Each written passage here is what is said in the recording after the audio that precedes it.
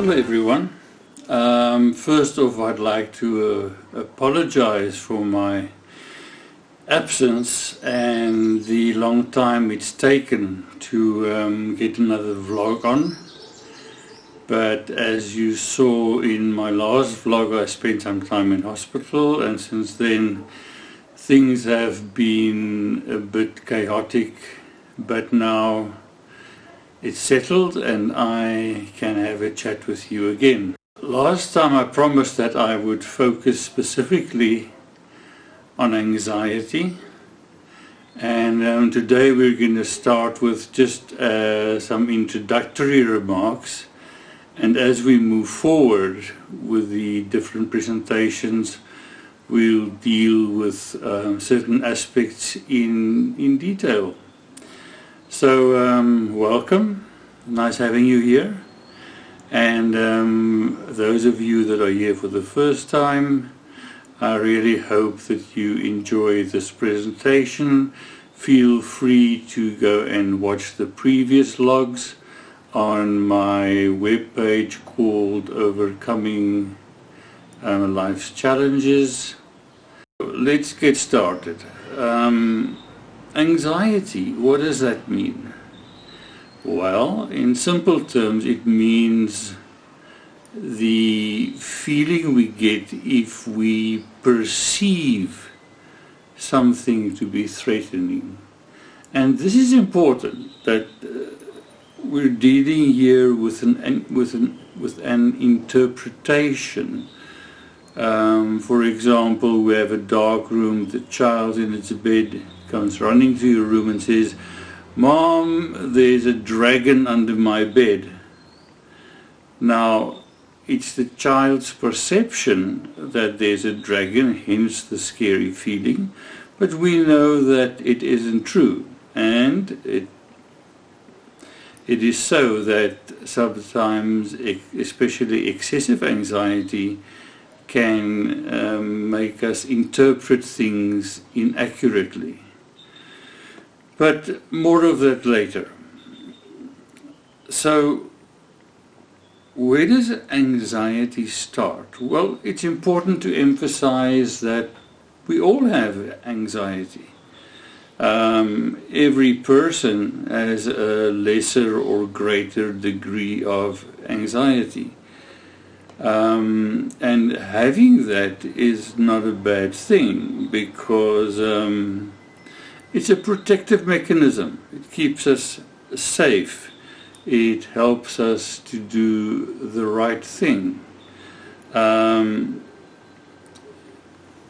If you look at how it works neurologically, there are two systems involved. First of all, whether we like it or not, we are related to animals, and like the animal brain, similarities between the animal's brain and the human's brain that explain to us how this anxiety works.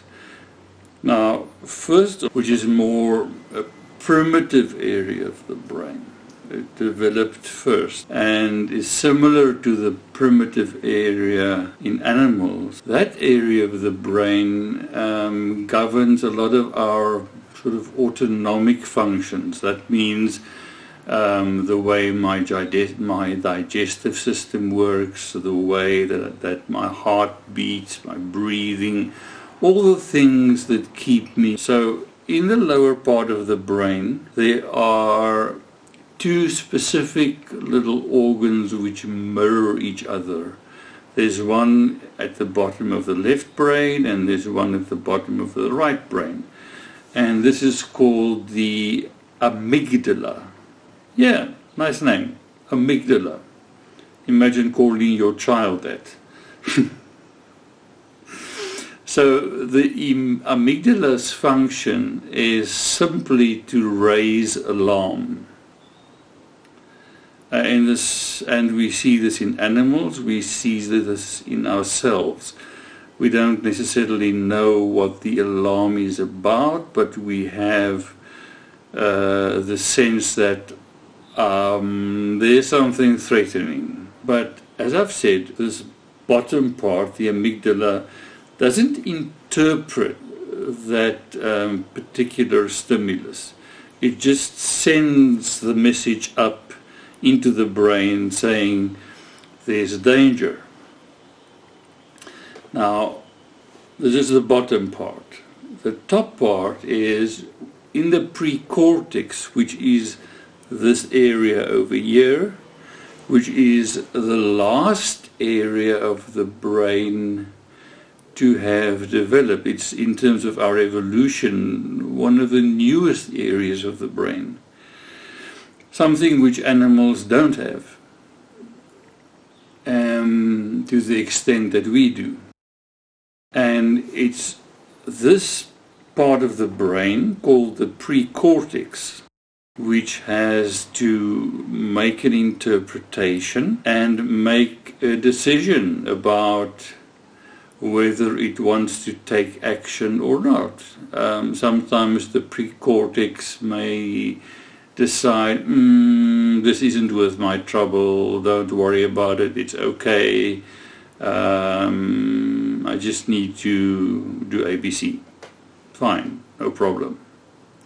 Or the precortex may say, boy, you are in real trouble and you had better do something to protect yourself, depending on what the perceived threat is. And this is where the word perceived again is important, because we're dealing with what the precortex perceives the signal to mean and what it attributes to that signal, and accordingly what action is recommended. For example, I may have one of these beautiful big garden spiders in my office. I love them. And Mr. X may come and consult me and say, wow, I'm so proud of you that you're not killing these spiders because they're good for the environment. They kill all the hojas in your home. So, great, well done. Doesn't bother me at all. The next person who walks in here may actually say, where's the doom? Well, the spider's dangerous. I can't be here with the spider. Whereas we all know that this particular spider is not dangerous at all. But this person attributes the meaning of threat to this particular animal. So that's how the anxiety works. We have the alarm signal from the bottom, we have the interpretation / perception mechanism at the top, and it's this mechanism over here which either will tell the amygdala to calm down, or it may say, look, there's a real threat here, there's a guy with a knife coming at me, I need to do something. And typically the thing I do will have one of two features. On the one hand, I may go into fight mode, where I could confront the person, I could argue, I could try and control, I could try and intimidate, I could make threats, I can make demands, I can give criticism, all in an effort to control what's happening to me and where I dominate the situation. Or on the other hand, where I flee, which in simple terms means I avoid the threat by submitting or being over-accommodating, giving the person what I think he or she needs so that I can get them to calm down, which of course helps me to calm down. And this is where we talk about people pleasers, who have the perception that if I can keep other people happy, I will feel okay. On the other hand, the controller, the fighter, says, if I can get everybody marching in a row, then I'll feel better. But yeah, those would be the two types of responses that you would be able to divide a person's actions into. Sometimes both could occur. These actions may be appropriate based on a realistic assessment of what's going on, or on the other hand, they could be inappropriate based on an unrealistic perception of what's going on. The mechanism, apart from having these two neurological aspects, has other things we need to take into account. For example, genetics. It is true that if we look at a family structure, you may find that the person who's more anxious has anxious people in his genetic line. People that worry, people that stress, people that panic and so on, people that are perfectionists. Sometimes to the extent that it could actually build an anxiety regulating mechanism that is in some way deficient.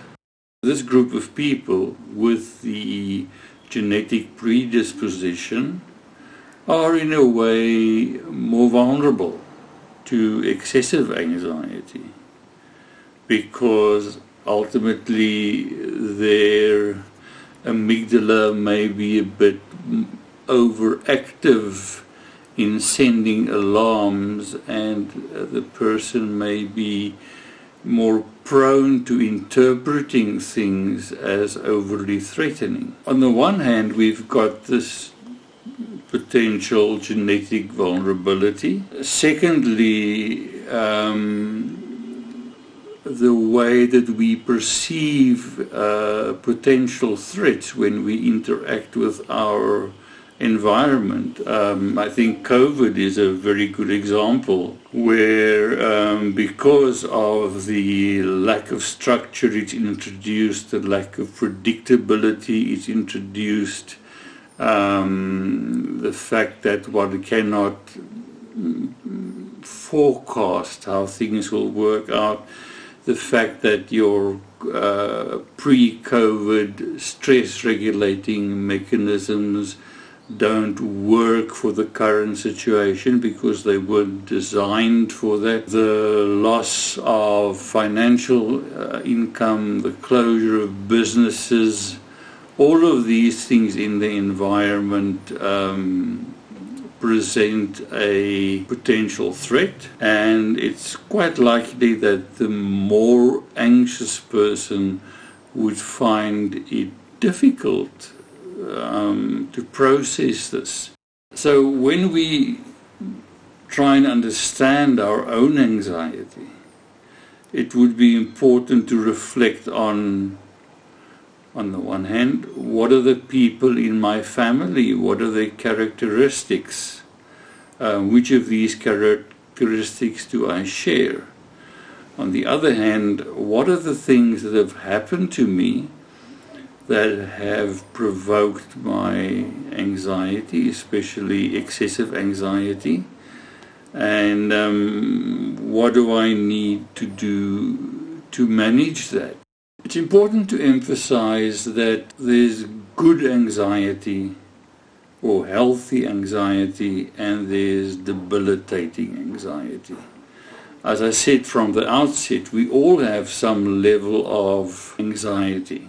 And if you look at good anxiety, you'll probably find that the most chefs, engineers, chartered accountants, medical secretaries, warehouse managers, project managers, surgeons, are all people that are a bit more anxious because they're very set on, in fact, almost 12 years ago I came off my Suzuki 1100 GSX, which of course was a brilliant bike, but we are not here to discuss motorbikes. I tore my rotator cuff and cracked my humerus, And I was treated by an orthopedic surgeon who was highly anxious and almost a bit obsessive. And of course, 13 years later, I can comfortably use my arm exactly because of those characteristics that the surgeon had. The fact that a person has some level of anxiety is not pathological. In fact, it's to be expected. Secondly, some people who are highly productive, highly skilled, have higher levels of anxiety. When does anxiety become a problem? It becomes a problem when the anxiety is debilitating. In other words, if it's so intense that it keeps you from or prevents you from performing as you should, then we have a problem. And then we need to take some action, because clearly the excessive anxiety would cause me to be perhaps overly controlling, overly accommodating, overly panicky, overly socially awkward. It could influence the way that I interact with colleagues or my family, where I'm either consistently worried, controlling, or where I just try and avoid conflict. To summarize, anxiety is not a bad thing. We all have it. It's a result of a process that's built into our brain. We've established that there's good anxiety and there's debilitating anxiety. Over the next few weeks, I'd like to focus firstly on the things we need to do to keep our anxiety within acceptable levels. And secondly, to look at examples of where in children and in adults anxiety becomes excessive and what the potential effects are on that person and on the system in which he functions. So I look forward to discussing that with you. In the interim, stay well, stay safe, and look after yourself, especially at this time of uncertainty. If you have enjoyed this discussion and previous discussions, please like, share, and communicate about anxiety as such. It would mean a lot to me if you recognized the work I'm doing here by liking or sharing this channel. You can also subscribe by clicking on the subscribe button. So until next time, goodbye and good luck.